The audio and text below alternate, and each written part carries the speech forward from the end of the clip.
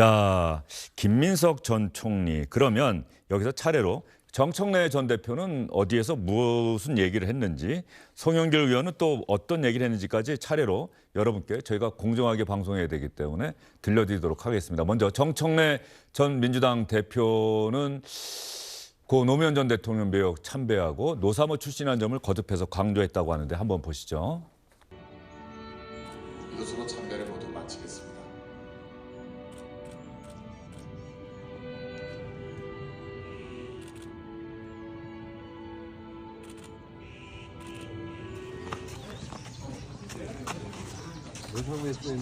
예, 하고 있습니다. 저도 보세요. 힘내세요. 좋은 거. 요즘 많이 힘드실 것 같습니다. 힘내십시오. 깨끗하게 좀 자다가 사적 욕망이 공적 가치보다 커질 때 정치를 그만두도록 하겠고, 좀 더 일찍 그만두고 싶다면 사적 욕망을 더 키우겠습니다. 그래서 그 시점을 앞당겨서 정치를 빨리 그만두고 나는 자연이다처럼 사는 게 꿈입니다. 노사모 동지 여러분 반갑습니다. 고맙습니다. 이번 지방선거와 보궐선거를 통해서 20, 30대 우리 청년들이 민주당에 대한 분명한 메시지를 보냈다고 봅니다. 이것을 안이하게 그냥 대응하고 20, 30대가 뭐 극우화됐다는 그런 상투적인 말로 이 기성세대의 안이한 시각을 보여서는 절대 민주당의 미래를 만들어낼 수 없다 이렇게 생각을 합니다. 나때 뭐 꼰대 문화의 민주당이 아니라 6868 저도 6862만 이런 문화가 아니라 새롭게 역동하는 우리 2030 세대 대학생 청년들이 미래를 꿈꾸는 민주당으로 함께 발전시켜 나갑시다. 자, 두 사람의 이야기도 다 들어봤는데 여기서 궁금한 것은 김민석 전 총리가 출마하는 것, 정청래 전 대표가 출마하는 것은 뭐 충분히 예상이 됐던 대목인데 송영길 의원이 대표 경선에 출마할 거라는 생각, 불과 지방선거 국면만 하더라도 예상하기가 쉽지 않았는데 송영길 의원은 왜 출마하기로 결심했을까? 정말 된다고 생각하고 나오는 것인지, 이미 대표도 다 했던 분이잖아요. 그러니까 전당대회에 출마를 하는 모든 예. 후보들은 본인이 된다고 출마할 거예요. 예. 근데 이제 송영길 의원의 출마의 배경을 보면 6월 2일까지는 정청래 전 대표가 연임을 하는데 크게 사실 이견을 다는 사람 없었을 거예요. 예. 왜냐하면 민주당이 6.3 지방선거에 지형이 좋았고 6월 3일 날 대승을 거두면 사실 1년짜리 그 대표였기 때문에 연임을 하는 데 있어서 성과가 있는데 네. 그래 연임해야지 어떡하겠어. 만에 하나 지난 1년이 이재명 정부가 불협화음이 있다 손 치더라도 막을 수 있는 명분이 없었습니다. 그런데 6월 3일 날 사실상 민주당이 참패를 하고 나서 그에 대한 책임론이 불거지면서 저는 사실 그 정청래 대표와 당시 이재명 대통령과 각이 서는 그 와중에 송영길 의원이 그걸 결심한 것으로 알고 있습니다. 결국에는 지난번에 이제 개항을 내주면서 대통령을 지켰던 그런 마음으로 이번에도 이재명 대통령을 지켜야겠다라는 것이고, 김민석 총리 뭐 훌륭한 자원이긴 하나 1대1 구도로 갔을 때 만에 하나 네. 있을 수 있는 정청래 전 대표의 연임 도전의 승리가 결국에는 이 민주정부의 1년씩 한 2달인가요? 2달 정도 지난 이 정권의 조기 레임덕이 올 수 있는 상황이 되기 때문에 그걸 막겠다는 심정으로 아마 출마한 마음으로 지금 알고 중요한 말씀하신 것 같아요. 장선철 소장은 또 정치평론가로서 민주당 상황도 이것저것 또 이 사람 저 사람 얘기를 들어볼 텐데, 이 정말 보기 드문 경우예요. 집권한 지 1년밖에 안 됐어요. 지금 정권이. 그런데 여당의 대표에 대해서 청와대 쪽에서 대단히 불편한 심경을 그냥 노출을 하고, 그 대표는 출마하지 말라는 이런저런 권유와 뭐 일종의 압박에도 불구하고 출마할 것이 기정사실화하고, 그 대표가 만약에 또 대표가 된다면, 정청래 의원이 당대표가 또 된다면 이거는 이재명 정부 입장으로서는 대단히 치명적인 결과가 되는 것 아니냐는 생각이 들거든요. 벌써 정권 초에 이런 권권일척의 승부가 펼쳐진다? 근데 계속 그런 일은 예. 반복되어 왔던 것 같기도 해요. 이명박 정권 때 예. 박근혜 전 대통령이 당 대표 비대위원장 하면서 현직 대통령과 상대 각을 세웠었고요. 박근혜 전 대통령 시절엔 김무성 대표가 비주류로서 당대표 되면서 또 각을 세웠었고, 윤석열 정권 때는 또 이준석 대표가 좀 각을 세웠었고, 이런 거 흔한 것 같은데, 대통령의 입장에서는 본인과 호흡을 알아서 잘 맞추지 않거나 본인의 말을 잘 듣지 않으면 당대표직에 있는 것, 또 당대표직을 다시 한번 하는 것에 대한 굉장한 부담감과 좀 적대감까지 있다라고 좀 보여지는 것 같고요. 어쨌든 정청래 대표는 본인이 2030년에 대선 출마의 꿈이 있기 때문에 이번에 당대표 되고 2028년 총선 공천하고 그 힘으로 본인이 민주정권의 적통을 계승을 하겠다. 그런 생각을 갖고 있는 것 같습니다. 그걸 옆에서 이제 부추기기도 하고 응원을 해주는 게 김어준 씨, 유시민 씨 이런 분들인 것 같고요. 민주당 정치인들이 아니라 왜 그분들의 이름이 먼저 나오죠? 그분들은 이제 민주당 그분들이 정치하는 사람들입니까? 아닌데 예. 민주당 지지층과 권리당원에 막강한 영향력을 발휘한다고 생각을 하고 있기 때문에 뭐 김어준 씨는 파리의 식당도 뭐 개업했다면서요? 그러니까요. 예. 그러니까 오늘부터는 다시 이제 방송을 진행을 했는데 그분들이 권리당원들과 민주당 지지층에 막대한 영향력을 끼친다면 내가 김어준 씨랑 친하게 지내면 유시민 씨가 내 편 들어주면 대통령이 나를 견제하더라도 나는 당대표 될 수 있어. 이런 자신감을 갖고 저렇게 뭐 당대표직에 출마하겠다는 의지를 강하게 표현하는 것 같은데 특징이 있는 것 같아요. 네. 최근에 정청래 대표의 행보와 메시지는 행보는 다 비공개예요. 기자들한테 알리지 않는다. 네. 자기가 보여주고 싶은 것만 자기 측근들이 찍어가지고 메시지 이런 것들을 편집해서 보여줘요. 방송 기자분들이 뭐 찍거나 여기서 취재해가지고 보도하는 내용이 최근 없습니다. 오늘도 막 일정을 다 비공개로 한다고 하더라고요. 보여주고 싶은 것만 보여주는 그러한 지금 행보를 보이고 있고 또 하나는 대단히 감성적인 접근을 하고 있거든요. 노무현 대통령은 자꾸 사무치게 그립다 막 이런 표현을 쓰면서 감정적으로 좀 접근하는 것 같다 그런 생각이 들고요.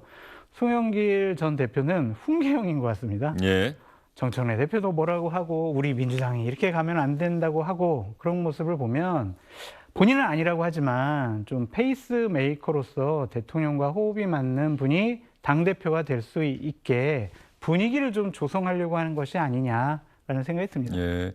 송영길 의원 같은 경우가 출마 선언을 한 다음에 만약에 개각 대상에 포함됐다고 출마를 포기한다. 이건 좀 모양새가 대단히 안 좋아 보이거든요. 그러겠죠. 그러니까 출마 선언하면은 뭐 개각이 있더라도 내각엔 들어가지 않는 걸로 결정이 됐다 이렇게 봐야 되는 건 아닙니까? 일단 전당대회 예. 중간에 개각이 발표된다 하더라도 예. 저는 개각에 임하지 않을 예. 생각으로 전당대회 출마 선언을 할 거라고 봅니다.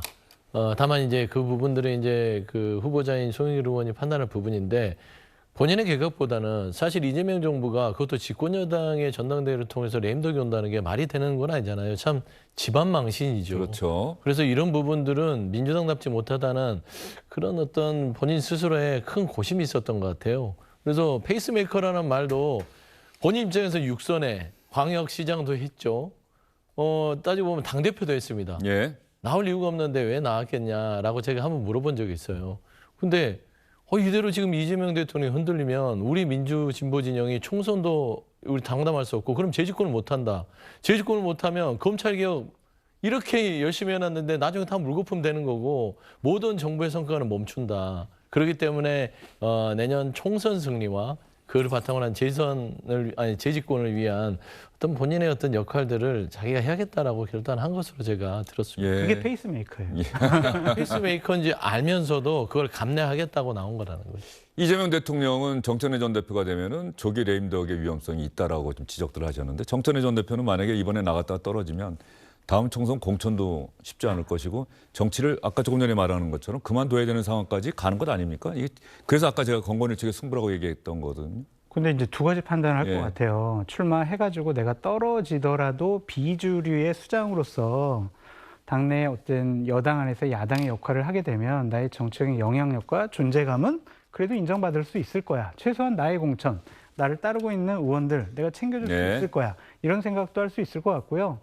기본적으로 뭐 될 수 있다고 생각을 할 것 같고 여러 가지로 뭐 고뇌에 찬 여러 가지 결정과 판단을 앞두고 있는 것처럼 보입니다. 예, 정청래 전 대표는 정치 인생이 끝날 수도 있는 그런 도전을 하는 것 같고 어쨌든 김민석 전 총리와 송영길 의원은 반드시 이겨야 이재명 대통령의 국정 남은 임기 4년 제대로 당에서 뒷받침할 수 있다. 내가 돼야 한다. 정청래는 안 된다. 이렇게 얘기하는 것 같은데 손석민 의원, 민주당을 출입하는 기자들이 여론조사 말고요. 기자들이 취재하면서 느끼는 전체적인 분위기. 물론 당원들의 마음을 우리가 정확하게 알 수는 없겠습니다만 지금 어떻게 되죠? 투표율 비율이 당원이 70%고 일반 국민 여론조사가 70%고 여론조사가 30인데 예. 기자들은 어떻게 생각하고 있습니까? 환산해서 보면 권리당원들이 과연 누구의 손을 들 것이냐. 이렇게까지 이재명 대통령이 김민석 전 총리에 힘을 실어주고 또 김민석 총리는 오늘 첫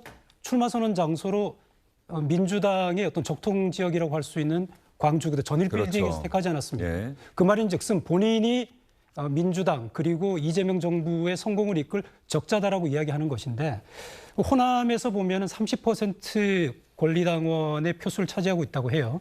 지금 뭐 150만 명 정도 되는데 70%라면 숫자가 적지 않습니다. 여론조사가 30%라고 하면은 권리당원에서 5%만 얻어도 35%이기 때문에 여론조사를 뛰어넘는 것이거든요.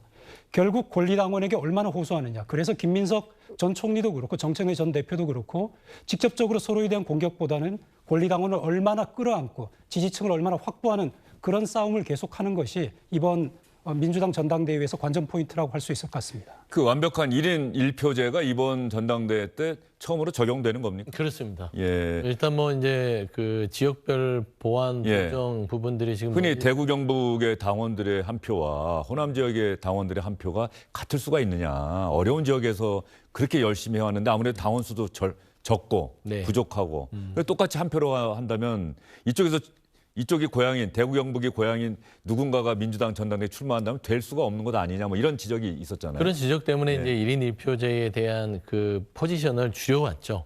뭐 100대 1이었던 걸 20대 1로 왔고 그리고 정청래 대표가 이걸 1인 1표로 바꾼 건데 이걸 한 20표까지 내려왔던 것들은 이재명 대통령이 대표 시절에 해왔던 거예요. 그러니까 그런 지적들 때문에 그러면 대구나 경북에 거기에서 외롭게 민주당으로서 생활한 분들의 목소리는 어떻게 담을 것이냐.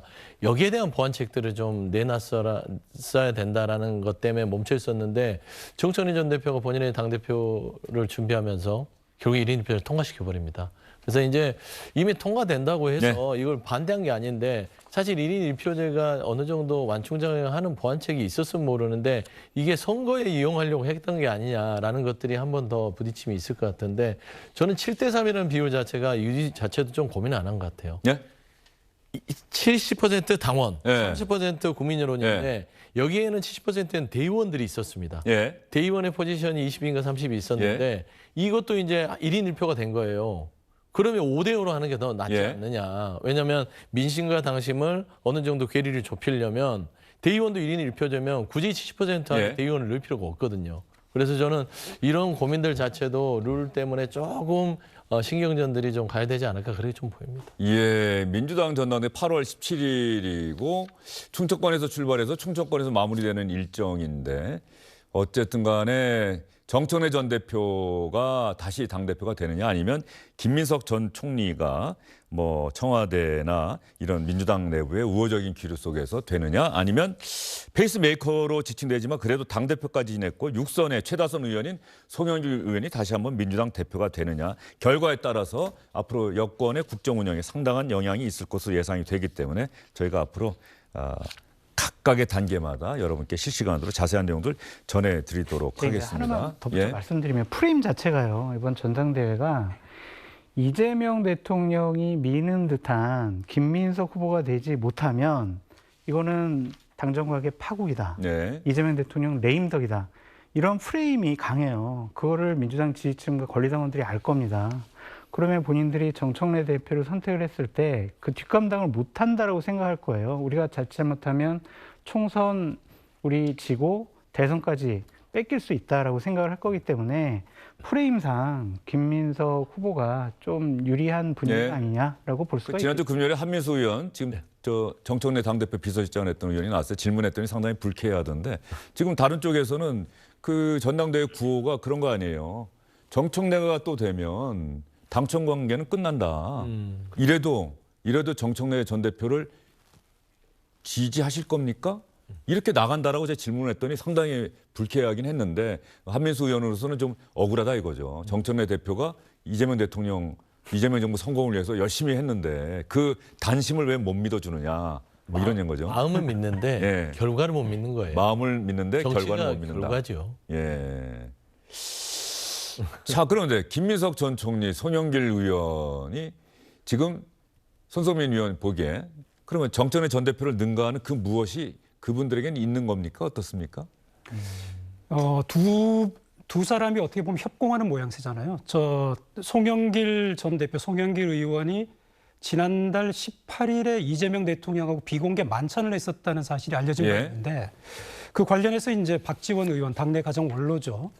송영길 의원이 이 대통령에게 전당대회 출마 의사를 밝히고 김민석 총리로는 좀 불안할 수가 있다. 왜냐하면은 김민석 총리가 18년 동안 야인 생활을 하면서 어떤 2002년도에 노무현 전 대통령 말고 정몽준 후보를 지원하면서 일단 배신자 프레임이 사로잡혀 있기 때문에 호남에서 특히 이제 권리당원들의 지지에서 약할 수가 있겠다 이런 생각을 하면서 이제 본인이 이제 어떤 페이스메이커 아니면은 본인이 이제 전남 출신으로서 민주당이 어떻게 보면은 당원들의 지지를 받아안고 1위로 들어갈 수도 있겠다 이런 생각도 같이 한 것 같아요. 근데 두 사람의 생각이 간단치가 않은 게 지난해 8월에 이제 박찬대 원내대표와 정청래 전 대표가 전당대회를 했었는데 그때 권리당원들 가운데 66%가 정청래 전 대표를 지지를 했단 말이죠. 지금의 권리당원들이 같은 판단을 한다면은 김민석, 송영길 두 사람이 협공을 한다고 해도 쉽지 않은 싸움인 건 분명합니다. 그 때문에 두 사람이 같이 나와서 어떤 상황에 따라서 또 공격의 역할은 송영길 의원이 지금까지 보면 정청래 대표를 직접적으로 공격하는 것 같은데 김민석 전 총리가 오늘 이제 출마 선언으로서 보면 나도 공격의 언어를 가지고 있다라면서 어떻게 보면 자기가 이제 페이스를 끌고 가겠다는 그런 입장을 밝혔고 정청래 전 대표는 사실 권리당원에서 본인이 좀 우위를 점하고 있다고 생각하는 것 같아요. 민주당 출입 기자들이라든지 주변 이야기를 들어보면은 그래서 약간 좀 지금 들어와서는 평소에 인파이터가 아니고 아웃복싱을 하는 것 같다 이런 인상도 있습니다. 예, 알겠습니다. 뭐 민주당 전당대회는 앞으로 상당히 많은 이야기들을 만들어낼 것으로 보이는데 그때 여러분께 상세하게 전해드리도록 하겠습니다.